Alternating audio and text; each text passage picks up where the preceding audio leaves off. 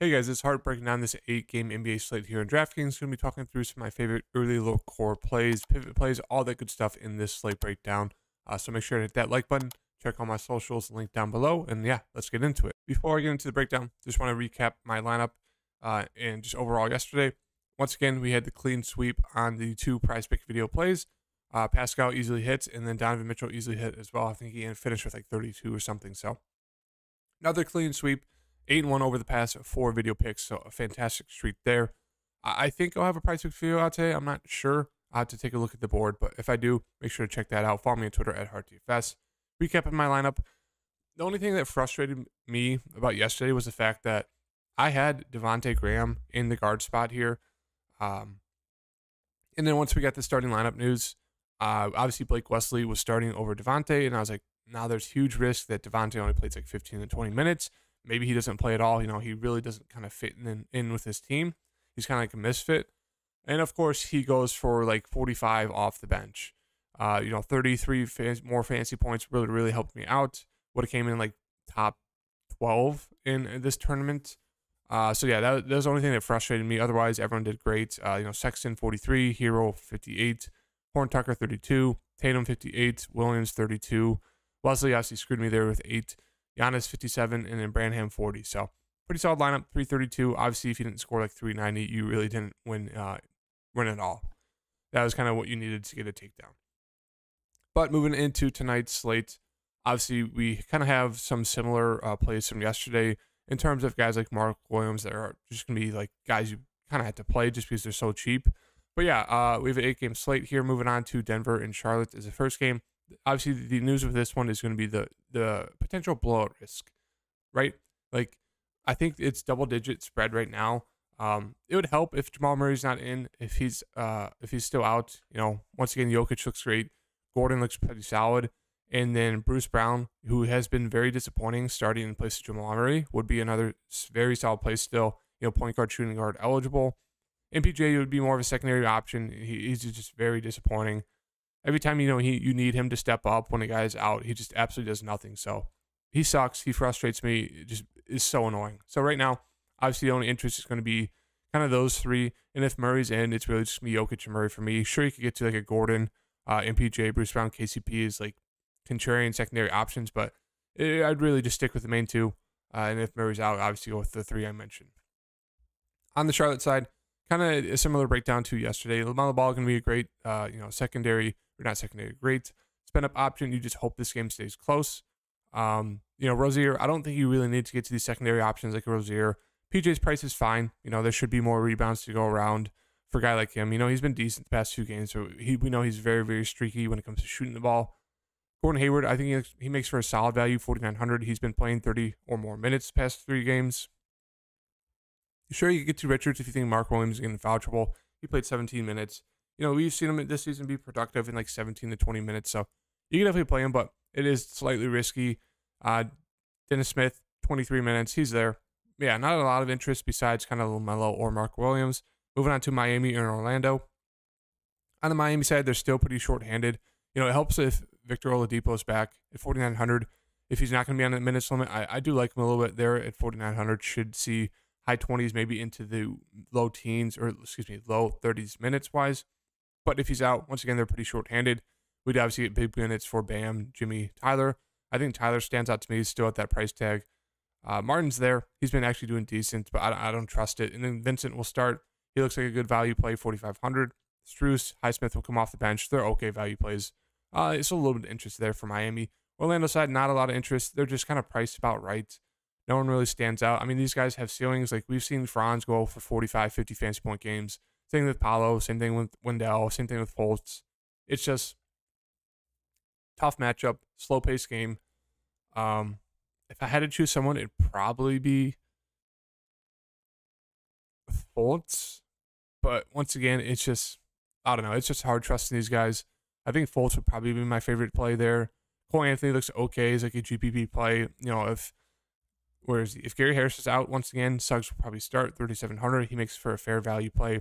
Cole Anthony will probably see 15 to 25 off the bench depending on how he's playing. Obviously, he did great last game. That really helped me out. But yeah, it's hard to trust him there at 4,700 when he has like limited minutes.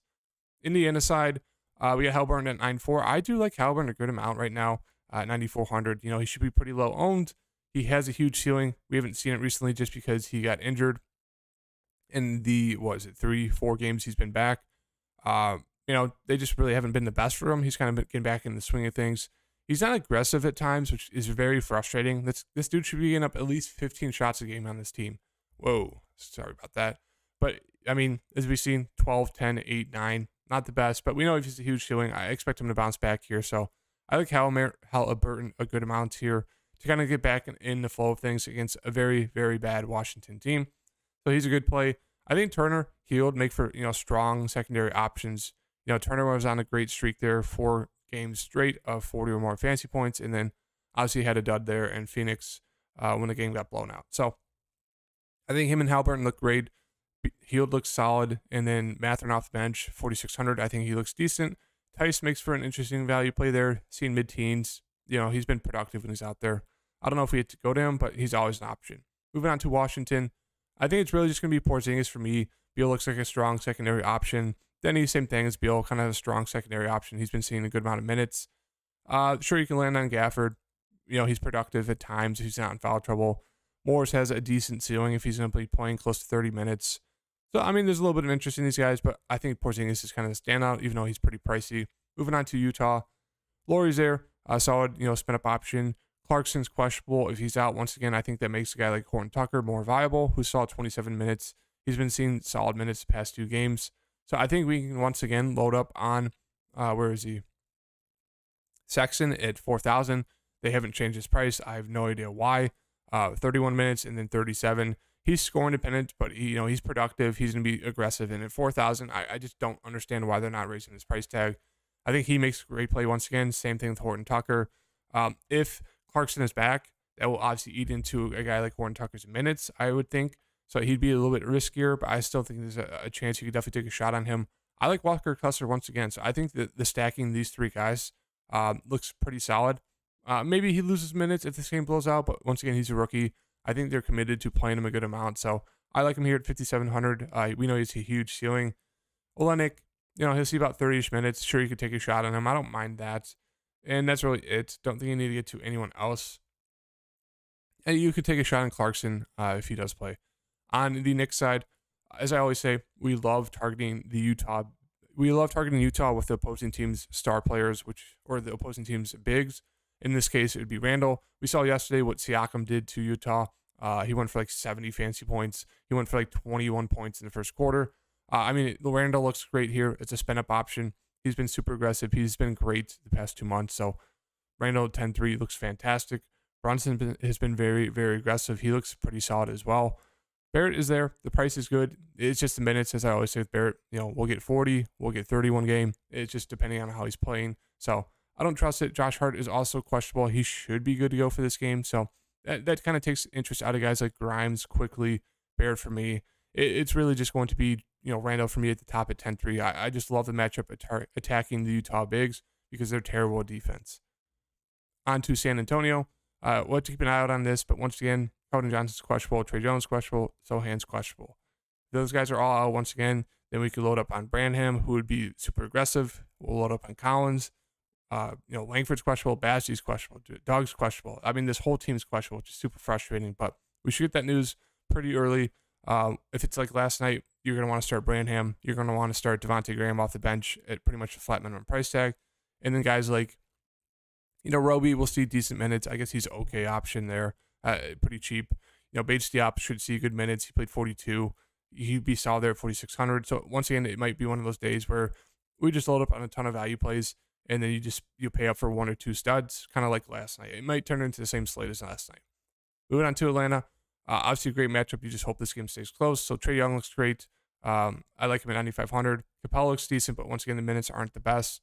We'll have to see if Sadiq plays. If he does, kind of takes a little bit of a hit to guys like Bogdan, Collins, Hunter there. So really no interest. Maybe you can take a shot on Okongwu. Maybe he gets extended if this game does blow out. But yeah, it's just hard to get into these guys and hoping this game stays close. Chicago, Cleveland, we have Vooch there at 9,100. He looks okay. Excuse me. Zach LaVine, 8,800. DeRozan, 8,700. Obviously, if DeRozan's out, it gives a bump to guys like Vooch and Levine. If DeRozan's in, I think he'd be my favorite one out of the group. They're all kind of priced about right. Obviously, not the best matchup here against Cleveland. In terms of like the value, maybe Caruso would be my favorite play, but once again, I think there's be better value open up, especially if San Antonio rests those guys. We obviously have Sexton, we have Horton Tucker, depending on injury news. So I don't think there's a need to get to the Bulls' value. They're pretty bad. Moving on to Cleveland, we have Donovan Mitchell, which I think he's just too cheap here. We finally saw Donovan Mitchell go back in the swing of things here. Went for 30 points, so he's slowly starting to pick it up. So I think he makes for a very, very solid play there at 8,500. I don't mind getting to the bigs. Obviously, it's a great matchup. Mobley's coming off one of his best games of the season. But they're kind of priced about right. There's no need to really get to them. And that's really it for me. It's really just going to be Donovan Mitchell.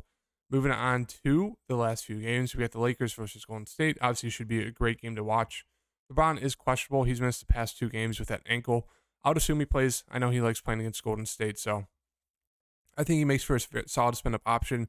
Anthony Davis looks like a great spin-up option. You know, he should be super aggressive. D'Lo and these other guys are back, which I don't think it will eat too much into the usage of a guy like Anthony Davis. I still think they're going to LeBron could be that guy where he kind of takes a step back for a few games, lets these new guys get into the flow of things. But I think Anthony Davis is still going to be aggressive. But you can make a case to kind of fade these guys for this slate just because, you know, D'Lo's there, 7,300. Don't love that price tag. We don't know how many minutes he's going to play. Schroeder's kind of priced up too much with all these guys in. You know, Beasley's there, Vanderbilt's there. We just don't know the rotation, how many minutes these guys are going to play. Sure, you can take a shot at them, but I just like sticking with the main 2 guys, and then if you don't like that, then just not playing anyone. On Golden State side, Steph's obviously still out. Clay and Poole should lead the team. I think they look solid. Green looks solid there at 6,500. Don't mind Wiggins at 6,300. DiVincenzo's an okay value. He's been seeing decent minutes. And then Looney, you know, he should be playing solid minutes because they're going to have to guard AD. So I think he's in line for mid-20s minutes. So I do like him a good amount at 4,300 as another solid center value option play. And then moving on to Dallas, Sacramento. Fantastic matchup here for Dallas. They just played last night. If Luka's in, I think he looks like a great spend up. You know, I don't mind him playing alongside Kyrie. Obviously, Luka's out. I think Kyrie makes for a decent spend up option. He hasn't been aggressive, which has been, you know, pretty annoying to see. Maybe that's going to be just Kyrie on this new team, just be more of a facilitator, get the offense going, play fast, and they've been doing well with that the past 2 games. But yeah, I think he'd still be a decent option. Wood's just not seeing the minutes right now coming off that injury. Green, I think he looks okay if there's no Luka. If Luka's back, there's really no interest in any of these guys if Luka's back. Obviously, if Luka's out, then it's gonna be probably Kyrie for me, and then Josh Green. Moving on to Sacramento, it's really just gonna be the top 2. Fox, Sabonis. Prefer getting to Sabonis because of his price tag. Sure, you can get to the wings in tournament setting, but once again, I think there's just better value plays. I mean, that's really it. So, yeah, that does it for the slate breakdown. It looks like it's going to be another slate just like last night where you pretty much just play kind of these same, you know, 3 guys of Sexton, Horton Tucker, and Mark Williams. Obviously, the question mark for Horton Tucker is going to be if Jordan Clarkson plays. If he does, it obviously takes a little bit of hit to the minutes of a guy like Horton Tucker, but I still think he's viable. And then once again, we might get the Spurs news where they rest all their starters once again, and we'll get all those value plays. So, it's looking like another night where it's going to be like 7 guys or just straight value plays, and then you just spin up for 2 guys, 2 studs. So yeah, make sure to stay updated with me on Twitter. Hit that like button. I'll see you guys in the next video. Peace.